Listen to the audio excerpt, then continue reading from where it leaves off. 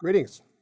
My name is Robert Glennon, and I'm a professor at the University of Arizona College of Law, and I'm coming to you from Tucson, Arizona. It's an amazing place to live and to teach, and I'm very fortunate to be able to do so. Today, I'm going to talk about water, particularly the Colorado River. It's a passion of mine. I've spent time not only as an academic writing about it and debating it, but I've spent a lot of time recreating in the Colorado River Basin. I think when most people think about our western resources, our western lands, they think about the large commercial projects.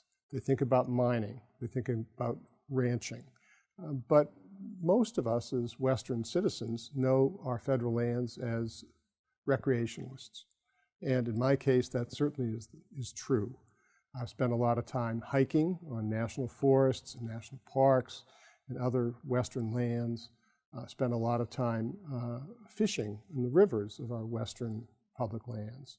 And especially with respect to the Colorado, I've spent a long time on the Colorado, canoeing it in certain places, kayaking it in others, and especially enjoying the whitewater rapids of the Colorado River. I've done the Grand Canyon 5 times and many of the other canyons as well. If you haven't been to this area, I suggest you put it on your bucket list. It's an amazing place to visit.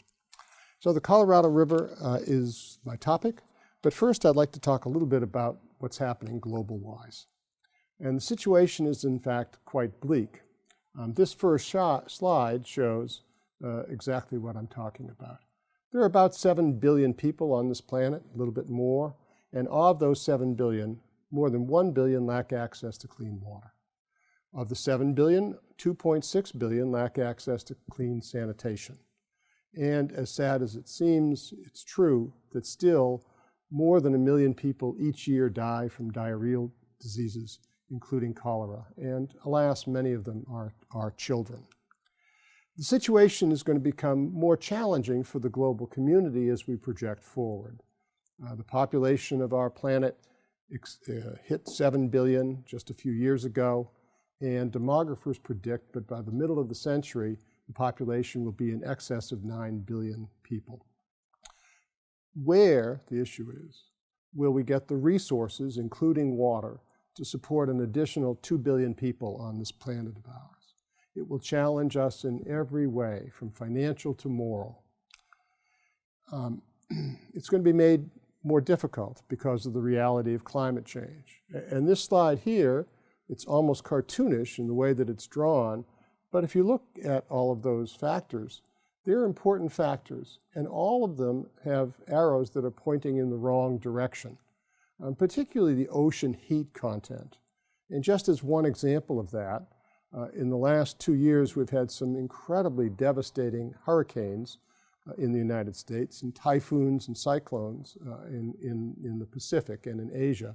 And it doesn't take a rocket scientist to understand that when you heat up the ocean waters, you're making it much easier for these ferocious storms to occur.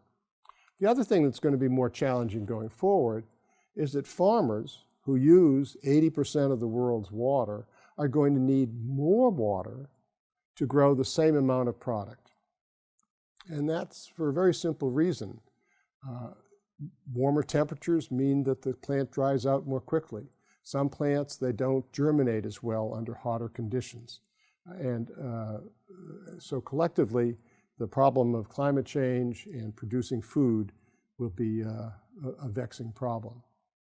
Bringing it home to the United States, a couple of thoughts. One, this monitor map from just a couple of weeks ago shows that the large parts of the United States are now undergoing some very severe drought conditions, and especially in the American West. And I'll say more about that in just a moment. In 2015, Lake Erie suffered a terrible algae bloom, and in 2018, Florida is going through the same thing. Many people have been hospitalized in Florida from hot conditions that have been very conducive to the growth of algae. And the problem of algae growth typically is too much nutrient, whether that's from farm runoff or city pollution from untreated municipal water is debatable. But what's not debatable is how severe these algae blooms are. There is some good news, in fact, some very good news. It may seem counterintuitive, but in the United States, we are now using less water today in 2018 than we did 30 or even 35 years ago. Here in Tucson, where I'm speaking from, the city of Tucson uses less water now than it did in the mid-'80s, even though the population of the basin, of the metropolitan area, has increased by several thousand people. The reason for that good news, I might add, is largely attributable to government rules and regulations. The Clean Water Act, the Clean Air Act have encouraged industries to use less water in their production, and rules promulgated by the Environmental Protection Agency have insisted that we have fixtures in our homes that are more water conserving. We now have low-flow fixtures, we have shower heads that use less water, we have front-loading washing machines, and all of that collectively, over 300 million people, has had a really dramatic impact. Well, now let's turn to the American West. And here's a synopsis of the larger photo nationwide that I showed you just a moment ago. And if you look at that, oh, it's bleak, because we're going to be talking about the Colorado River system, and that starts in Wyoming, which is just very light yellow, moves through the rest of the Southwest, where all of those deep, deep red and lighter reds and orange areas exist. And those illustrate extreme drought or even exceptional drought. If there were any doubt that the Earth is warming, I think we have to look at the temperature record. And over the last 4 years, every year when scientists say, okay, what was the last year like, they find out that it was as hot or hotter than the year before. In fact, for the 150 years that scientists have kept records of the Earth's temperature, of the 17 hottest years, 16 of them have occurred since the year 2000. So the pattern is really quite pronounced and I think fairly dramatic. And the consequences of this can be seen in a number of different ways. In 2018, there's been a very prolific wildfire season. There's an especially troubling and dangerous one that's caused fatalities in California and is still out of control as I speak to you. The problem of wildfires can be kind of succinctly put. Because the climate is changing, the snowpack that develops in the western mountains starts later in the season. Similarly, the snow melt occurs earlier in the season. That may not seem like much, but consider this. The fodder, the fuel for wildfires are grasses. And when you have a longer growing season, guess what? You're going to grow more grass, you're going to provide more fuel for fires, and the fires are going to be worse as a result. The same kind of impact happens on our water systems, particularly our dams that regulate the flow of water and provide reservoirs for municipal uses. This is Oroville Dam in California, and this video is from January 2017, when there was an unexpected heavy winter storm coupled with then very warm conditions that produced melting snow. And it overwhelmed the dam, so much so that the dam operators had to release the water that you're seeing. And the fear of flooding was so acute that 180,000 people had to be evacuated. Now, this is the opposite of fire, but in a way, it's the same thing. And my point would simply be this. We have reservoirs to store water. And if I were to ask you the question, where do we store water, you would say reservoirs. But that's only partly correct or partly accurate, because the real place that in the West we store water is in the mountains, on the ground, as snow. And then when it melts, the snow melt flows into the reservoirs, providing water for farmers and cities and other users downstream. And with climate change, what's happening is that the hydrograph, as scientists would put it, on when there's snow melt and when there's snow changes. And yet our infrastructure, Oroville Dam and all the other dams around the American West, were built for a different era. They were built on different assumptions about how much water there would be, how it would flow, and when the snows would turn into snow melt. Now we have a great deal of infrastructure that's in a terrible state of disrepair, and we need to do something about that. But unfortunately, we've moved exactly in the wrong direction in the United States, and this graph shows it. If you look at the red graph starting on the left side, you'll see that that's where federal spending was in the 1970s, which was that the federal government produced somewhere in excess of 60% of the water of the money that was needed for water utilities. And that was the era when the federal government, under the Clean Water Act, sponsored municipal wastewater treatment plants. The federal government paid for many of them across the country. And it was a remarkable environmental success. We cleaned up rivers, and we stopped the flow of raw sewage into our rivers. It was something that the United States could justifiably be proud of. But the funding from the federal government began to decline, and as you can see, even by the mid-1980s, the flow was quite limited. And by the time we move forward to 1914, it's under 10%. And then when you look at a different graph of the same general concept, you see just how little attention we have paid to water, wastewater, and water supplies and the infrastructure that supports them. In 2014, it was the lowest kind of category, only $11 per capita. Now, the Trump administration has promised new funding, $1.5 trillion, but a lot of that, frankly, is already money that exists in various pots of allocations under federal statutes. The new money is substantial, about $200 billion, but it's not nearly enough. And that means that we in the United States have an enormous challenge before us to figure out how to get the resources necessary to overhaul and modernize dams like Oroville, but also to overhaul and modernize and even replace these 40 and 50-year-old wastewater treatment plants that were built under the Clean Water Act. It will be a big challenge. Well, let's turn to the Colorado River.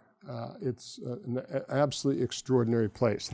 The Colorado was once an inland sea, and the sea would come in and the sea would go out, and when the sea was in, there were marine creatures that were living all on the land, and there were still the fossilized remains of those. That's called limestone.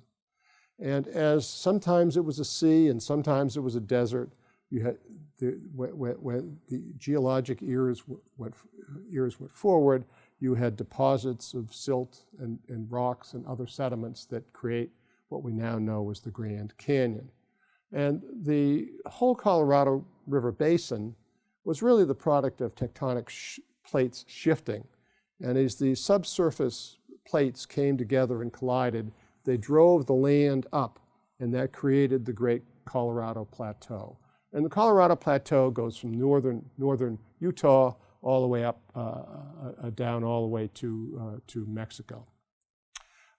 The Colorado River itself originally moved in a different direction than where it is now. Today, of course, it ends down in Mexico. But at times past, the Colorado ended up dumping into the Great Basin up in Nevada. There were times when it came down here, but then went west into what was called the Salton Sink. And geologists have debated when and why it happened. But what is known is that once these two great plates collided, there was the river, the basin down below Mexico here, ended up going upstream, and it gradually captured the Colorado River. And as it did, now the river flows down, as we know, into the country of Mexico and into the Sea of Cortez. If you look at this graph, you'll see the outline of the Colorado River Basin. It starts, as I said, in Wyoming. with the Green River, and Flaming Gorge Dam in Wyoming is what controls most of the flow there. And then it moves into into Utah, but then takes a right turn, or actually a left turn coming south. It goes into Colorado through Gates of Lodore, and then it has a junction with the Yampa River, which is an undammed river. Fabulously beautiful area if you ever get a chance to visit that region.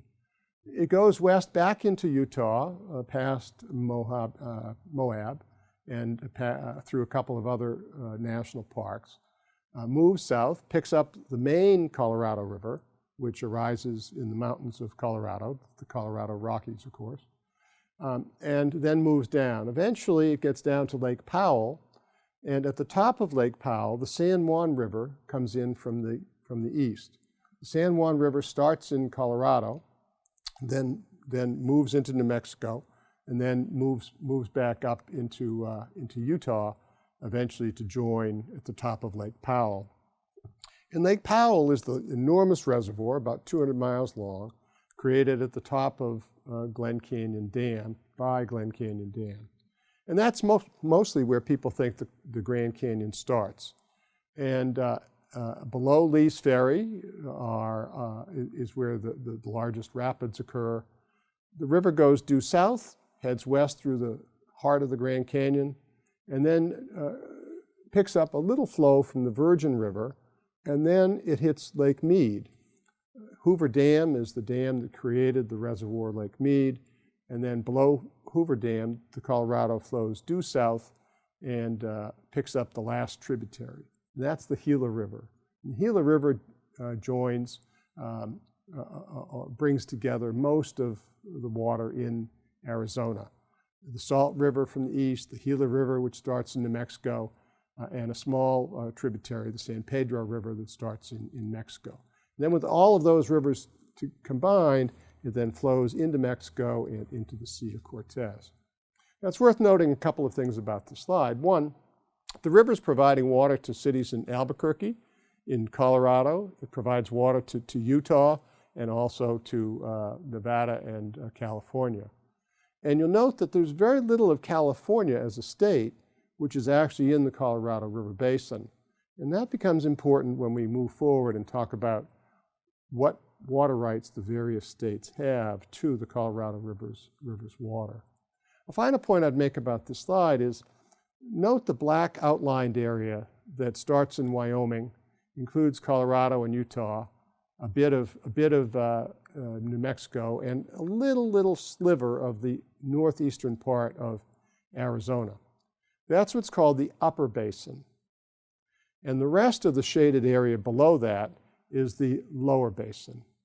And that becomes important in just a moment. The Colorado River has had inhabitants going back thousands and thousands of years. There are stick figurines of Native Americans that have been carbon dated to at least 4,000 years. Many different tribes occupied different parts of Arizona 1,000 years ago, more. Some in the mountains of northeastern Arizona, some in the Phoenix Valley, the Hohokam, for example. And so there's a rich history of people using and enjoying the resources for thousands of years. Explorers who were not Native American started with the Spanish, but the Spanish were mostly interested in gold and silver riches, and they didn't find anything when they came north from Mexico, and they quickly departed. The first sustained exploration happened 150 years ago in 1869, when John Wesley Powell and his men took some pretty primitive boats and made their way all the way from Green River in Utah and Wyoming, all the way down through the Colorado to the western end of the Grand Canyon. Quite remarkably, way down here in Yuma, there were steamboats that flowed, that made their way up from the mouth of the Sea of Cortez. They came actually all the way from San Francisco. They came down the western coast, around the Baja Peninsula, up into the Colorado River Delta, and went hundreds of miles north past Yuma. Now, that's surprising because when we think today about the Colorado River, I think what we think about it is a series of tremendous numbers of dams and other things that limit the ability to move up and downstream. But the river was, of course, once incredibly wild. Today, it's very different. There are about 160 structures on the main parts of the Colorado and on the tributaries that control the flow of water. You might even think of the Colorado River as a giant plumbing system with valves that you can turn on and off depending on who needs the water. And mostly the need is for farmers. About 80% of the Colorado River is used for farmers. It's not a very big river as rivers go. It's only about 8% of the Columbia River up in the Pacific Northwest. It's tiny compared to the Missouri or the Mississippi River. But for the Southwest, it's really the lifeblood of this region. It provides water to 7 states, to 40 million people. It has 3 million acres of land that are irrigated to grow crops for food, and it produces more than 11 billion kilowatts of hydroelectric power. Quite remarkably, until the early 20th century, there was virtually no diversion from the river itself. There were explorers like Powell, but there was no sustained use of Colorado River water, even by farmers, until the early 20th century. And that mostly occurred in California, in something called the Imperial Irrigation District, in the very southern part of California.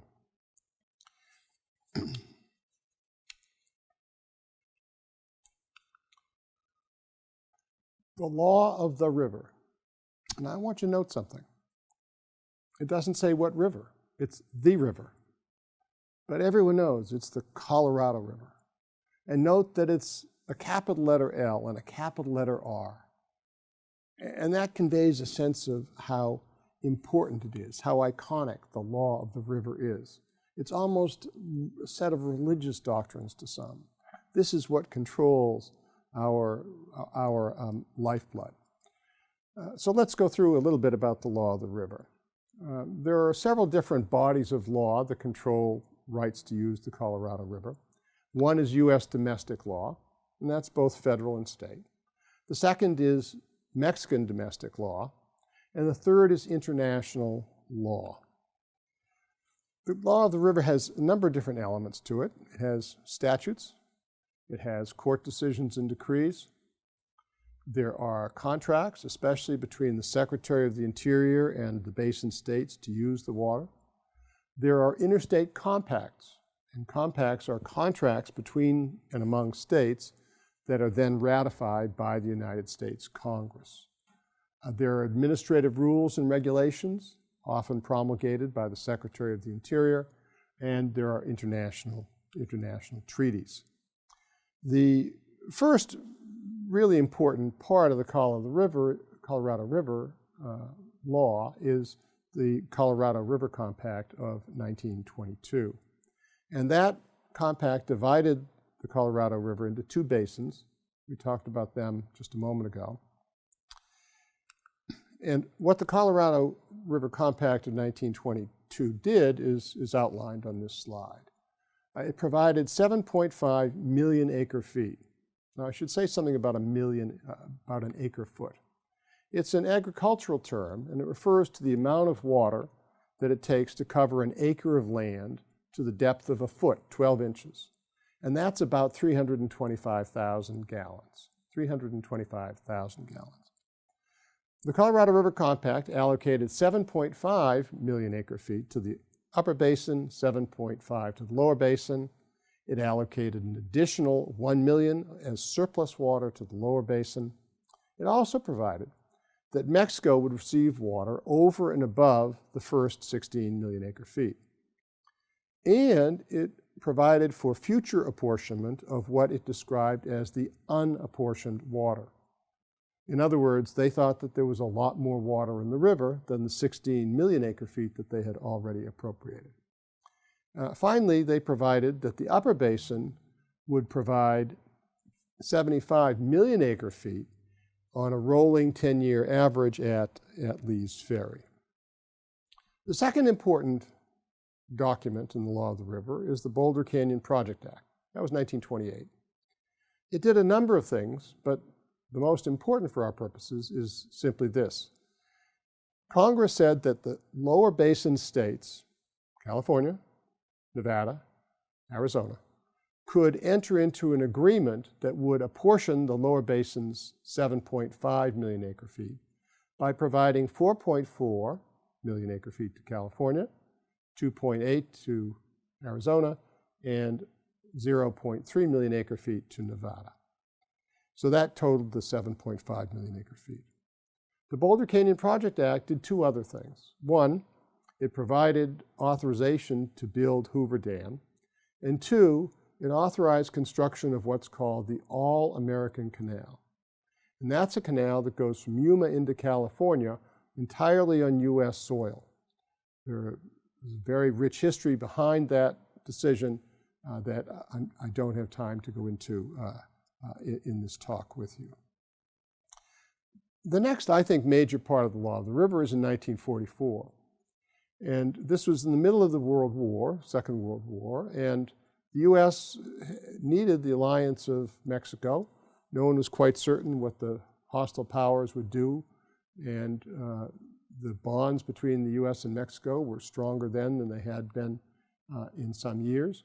And the two countries came together and they determined that the Republic of Mexico would get 1.5 million acre feet per year from the Colorado River.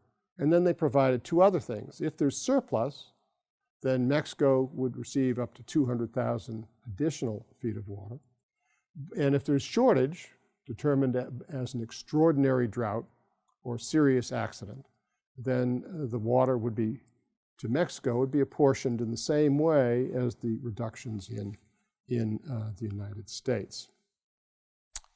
Now let's jump forward to the 1960s.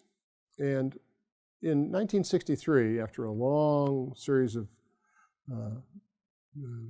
cases litigating rights to the Colorado River, the United States Supreme Court finally held that Congress, way back in the Boulder Canyon Project Act, had itself apportioned the water of the lower basin, 4.4 million acre feet to California, 2.8 to Arizona, and 0.3 to Nevada. And that surprised everyone, because for 35 years the states had been fighting as though there had been no apportionment.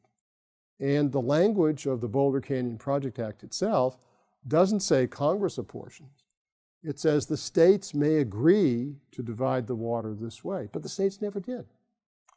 This was a smashing success for the state of Arizona, because between 1928 and 1963, California was growing by leaps and bounds. And the basic rule of water in the West is first come, first served. Well, if that's the way that water was apportioned, then most of the water was going to go to California. And Arizona, by not agreeing in the 1920s to this apportionment, seemed to have made a big mistake. And suddenly, it turned out there was no big mistake at all. The U.S. Supreme Court found that they had important rights, 2.8 million acre feet, plus control of the Gila River, which carries a lot of water with it. Now, the dream of Arizonans for generations was to create a canal. It's called the Central Arizona Project. And this canal would move water from the Colorado River on the border with California and Nevada, move it across the desert, all the way over to Phoenix, and then south to Tucson. That's a 330-mile lift by the time you move it all the way down to Tucson. And that's what the state was hoping for. But there was a problem, that they needed the Congress to authorize the funding for this.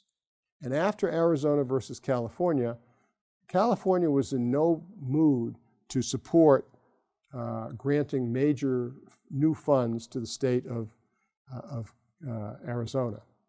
In the end, there was a compromise that the three states agreed to and that Congress ratified. And that was this: in times of shortage, California has the first priority for all of its water. The second priority is Nevada's 300,000 acre feet and Arizona's 1.4 million, which is the water that Arizonans use along the river in Yuma, Arizona and Parker, Arizona. And then the final 1.4, the last priority, would be Arizona's CAP water. With that agreement, California's congressional delegation sponsored the funding for the CAP, Congress enacted it, and the CAP canal was ultimately built. Now here's the problem for Arizona. The basic apportionment of the Colorado River in the Compact of 1922 followed a 10-year period when the average flows in the Colorado were about 22 million acre feet. And here's a bar graph that shows exactly that. If you look back at the beginning of the 20th century, you can see from 1905 through about 1925, there were what? 1, 2, 3, 4, 5, 6, 7 years where the flows exceeded 20 million acre feet. But if you look at the last half century, that's been a very seldom event. But that was the reality that the framers of the Colorado River Compact were looking at, flows in excess of 20 million acre feet. But that's not the way it's played out. So what we've got now for not only Arizona, but the other states, is a problem of math, is the way I have described this. I did an article for the Colorado Plateau called The Advocate. It's for the Grand Canyon Trust about 2 years ago, trying to develop how this works. It's important to understand what we are looking at in 2018. We are now in the 19th year of drought. And whether this is the 19th year of a 19-year drought or the 19th year of a 50-year drought, no one knows. But what is clearly abundant is this bathtub ring around Lake Mead. Lake Mead has never been so low since the dam was built and it was filled in the 1930s. And it seems to be dropping and dropping even further. Now this teapot cup shape here conveys quite a bit of information. The basis of this, in the terms of the law of the river, comes from a document called the Seven Basin States Agreement, which the states hammered out in the year 2007. And what they decided was that all states need to contribute because it looked like shortages were on the horizon, and it seemed somewhat unfair to have California suffer no decline, no shortage, and the other states suffer 100% of the shortage. And what the states agreed to were a series of important cuts, shortages, based on the elevation of Lake Mead above sea level. And on the left side of that graph, you can see round 1, round 2, and round 3 with various shortage conditions. And if the level in Lake Mead drops below 1075, then under the 2007 agreement, Nevada and Arizona will each share the shortage. If it drops below 2050, Arizona and Nevada will take even bigger cuts in their apportionment.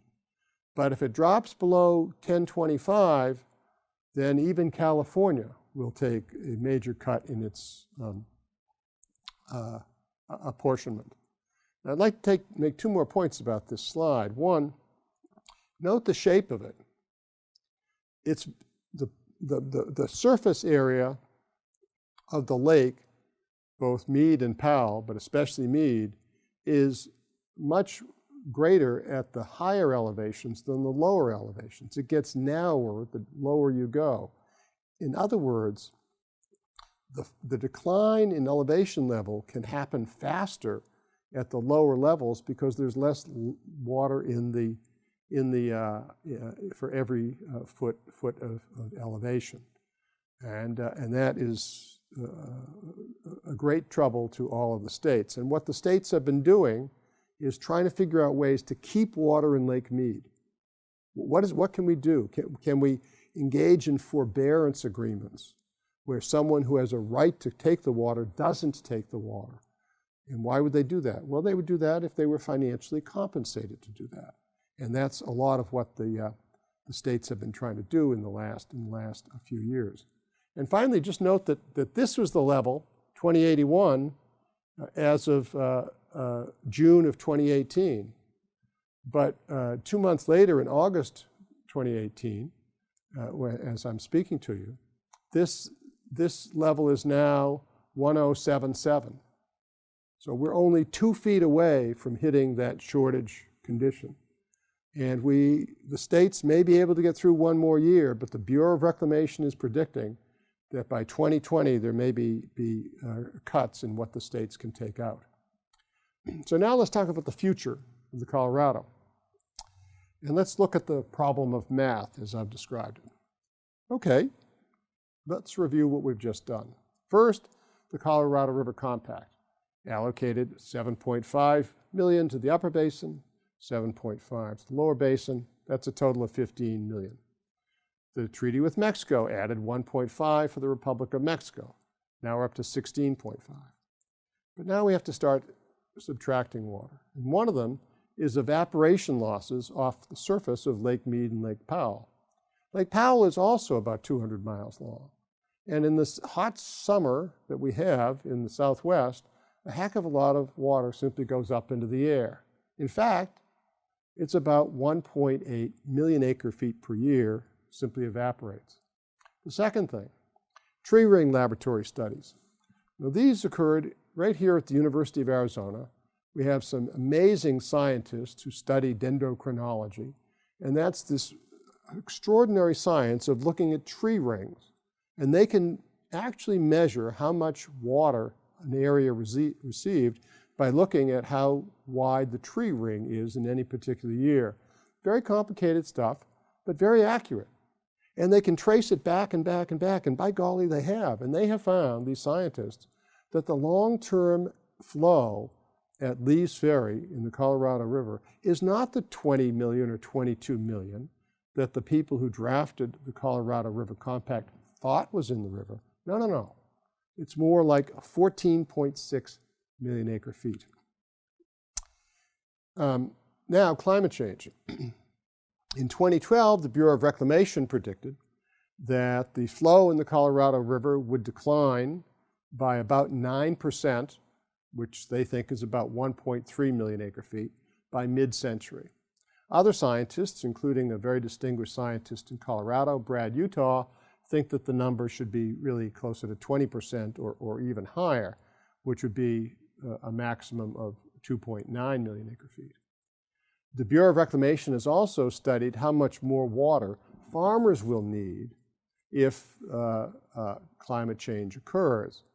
And they have said that basin-wide, a single degree increase in temperature requires a 5% increase in the water available for farmers.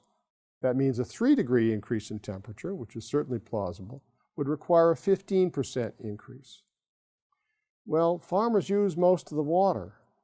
Therefore, if farmers use 10 million acre feet, a 3-degree rise would increase water use by 1.5 million acre feet. And again, this is just to grow what they are already growing. It's not to increase the production of food for the 9 billion people we expect in 30 years. No, it's not that.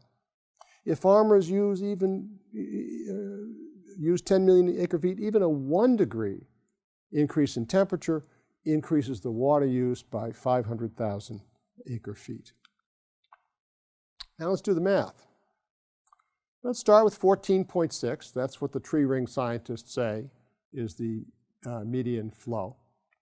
Let's take the 1.6 that's lost to evaporation off the top. Now we're down to 13 million acre feet. Now let's consider climate change.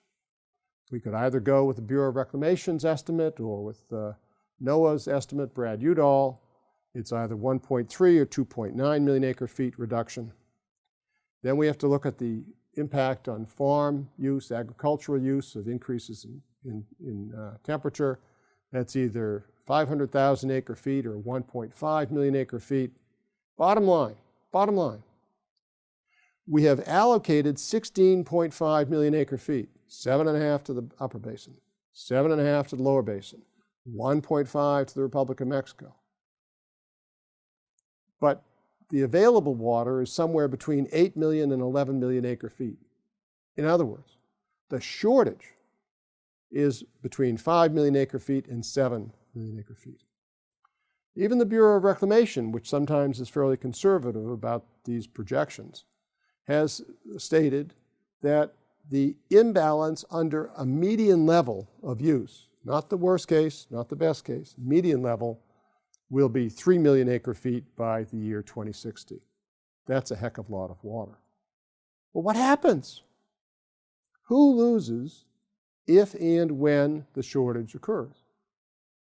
For most of the last century, it wasn't clear. On the one hand, the Colorado River Compact seems to place the burden on the upper basin, all of the burden.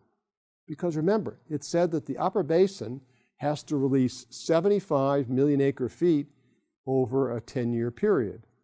That would pretty much protect the lower basin states, but it wouldn't provide enough water for Mexico. On the other hand, the Colorado River Basin Project Act provided funding for Arizona's CAP, but said that California comes first if there is a shortage. Now we have to face the reality. The Colorado River Compact, the anchor of this law of the river, is a poorly drafted document. It's all of 5 pages long. Trust me, students at the University of Arizona can't rent a crummy apartment without signing a lease that's way more than 5 pages long. This was a document that was poorly drafted, and we're living with the consequences. Here's another point. Compacts, I told you, are contracts between the states, ratified by Congress. There's an important principle of contract law, which every first-year law student learns, which is the idea of mutual mistake. If the two parties signed a contract, but there was some term of that contract that turns out to be woefully wrong, they thought it was one thing and it turns out to be something else, then one party can seek to have the contract voided because it was based on a mutual mistake. I can't think of any bigger mutual mistake than the assumption that there was 20 million acre feet of water in the river, when in fact there was more like 14 million acre feet in the river.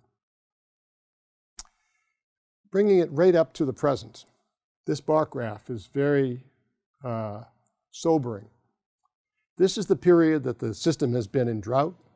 The 19 years started in 1999 up to the present. And you note on the left, the first bar shows that the two reservoirs, Meade and Powell, were almost full in 1999, 95% full. But notice what's happened over years. And then notice the light blue, or maybe it's purple, I don't do colors all that well, the light blue line running across in the middle of the bars. And you'll see the percentage of annual precipitation each year. And very few years has it exceeded, quote, normal precipitation. There's a new normal out there, and it's moving down. And right now, as I speak to you, Lake Meade and Lake Powell are well under 50% of capacity.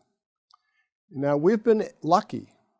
The reason why we haven't driven off a cliff or haven't had the collision, haven't had two trains bumping each other in the tunnel, the reason why that catastrophe hasn't happened is for 2 reasons. One, because we have all of this water located in Lakes Meade and Powell, about a 4-year supply if it's up to 100%.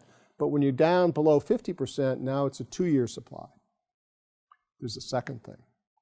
We haven't cratered because the upper basin states have not been using their full apportionment. Remember, they have a right to about 7.5 million acre feet, but mostly they've been using more like 5 million acre feet. But that's changing, and it's changing fairly dramatically. In Wyoming, there are proposals for at least 2 new dams that would substantially increase how much water the state of Wyoming takes out of the system.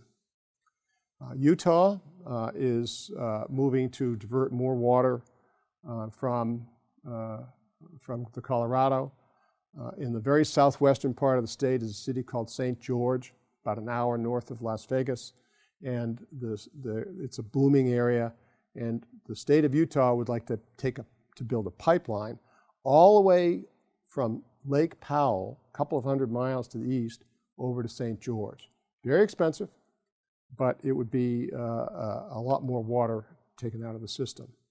In Colorado, the governor proposed a new Denver water project 2 years ago to divert more water. And in 2018, the stakes got upped a bit because there are proposals for new dams diversions from Colorado. All of this is going to put tremendous stress on the Colorado River system. What are we going to do about it? What are the solutions? Well, actually, there are quite a few things we can do about it. I don't have time to go into detail about some of them. One of them is simply conservation. Conservation remains the low-hanging fruit. Let me give you one example. You know that kitchen food disposal in your sink in the kitchen? If you use that 2 minutes a day to get rid of food scraps, by the end of the month, you may use as much as 150 gallons of water. That's a very simple thing. Stop throwing food into the sink. Throw it in the trash or your compost pile. So conservation is one. Second is reuse. Let's take the water that we've used, that we currently send to the city for treatment, and most cities treat it and then they dump it unceremonially into the ocean. That's what LA does, or has done completely until recently. That water is way too precious to use that way. Let's reuse it. We can use it on lawns, light industrial applications, parks, cemeteries, highway medians. We could even drink it. There's no need to do that yet, but the science is there to completely recycle our water. But let's not dump it in the ocean, where it won't be available for decades or generations to use again. The third is desalination. And that's an important solution going forward, but it's of only limited use. It's really expensive. It has membranes that are very high-tech, but they're delicate and they're prone to foul and contaminate, and then they need to be replaced, and they're expensive. And it uses an awful lot of water to produce the energy to drive this desal process. Still, desal is part of the solution. But other things that we could be doing, I've written about in a book called Shopping for Water for the Brookings Institution. And I just want to mention one part of that. We're really entering a period now of water reallocation. We can't make any more water. We can't destroy water. The problem is water isn't where we need it, when we need it, in the form that we need it. And when we look at how water is used, it's mostly by farmers. And many farmers are incredibly conscientious, most farmers, incredibly conscientious, want to use water wisely. But they started diverting water and using it at a time when water was plentiful.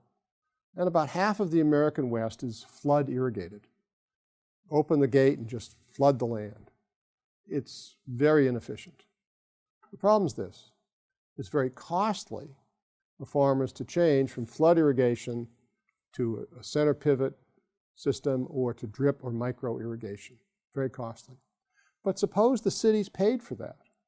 Suppose the municipal and industrial users were to say to farmers, we will pay you the cost of modernizing your water infrastructure if we, the cities and industry, can get a piece of the water that's conserved.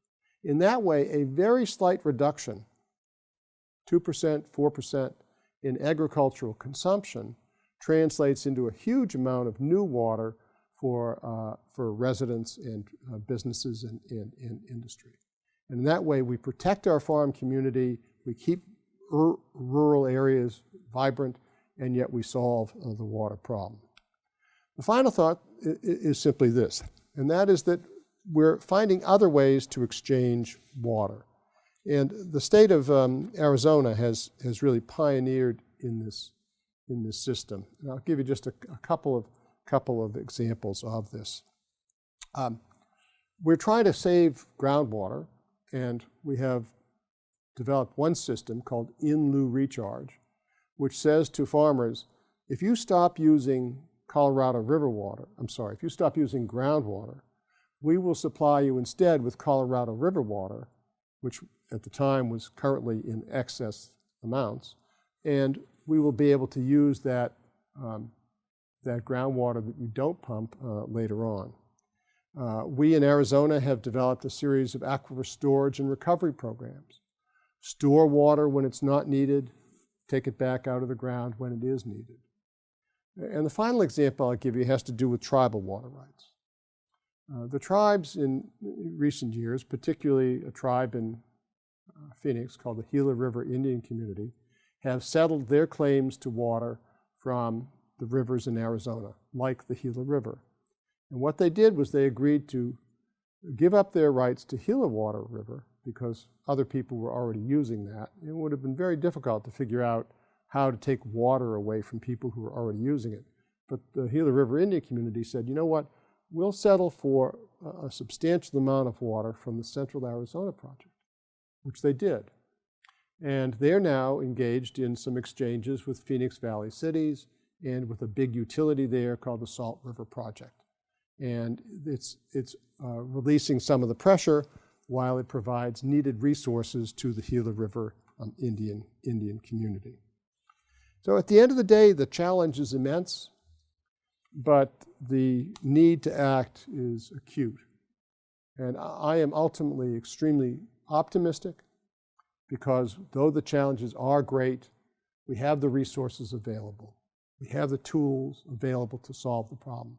And now what we need more than anything else, is the political will and the moral courage to act. Thanks.